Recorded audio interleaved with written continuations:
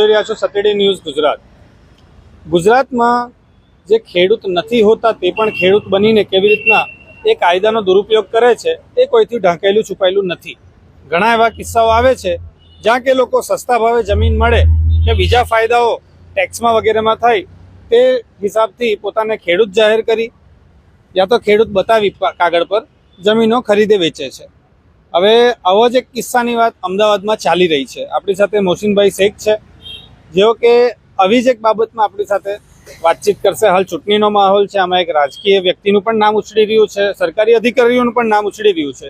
શું છે આખી વિગત મોહસિનભાઈ થકી જ જાણીશું. જી મોહસિનભાઈ, શું છે મુદ્દો, દર્શકોને બતાવશો?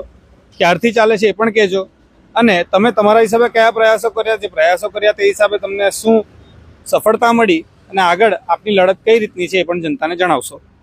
આમાં એવું છે કે 2022માં રાજેન્દ્ર ત્રિવેદી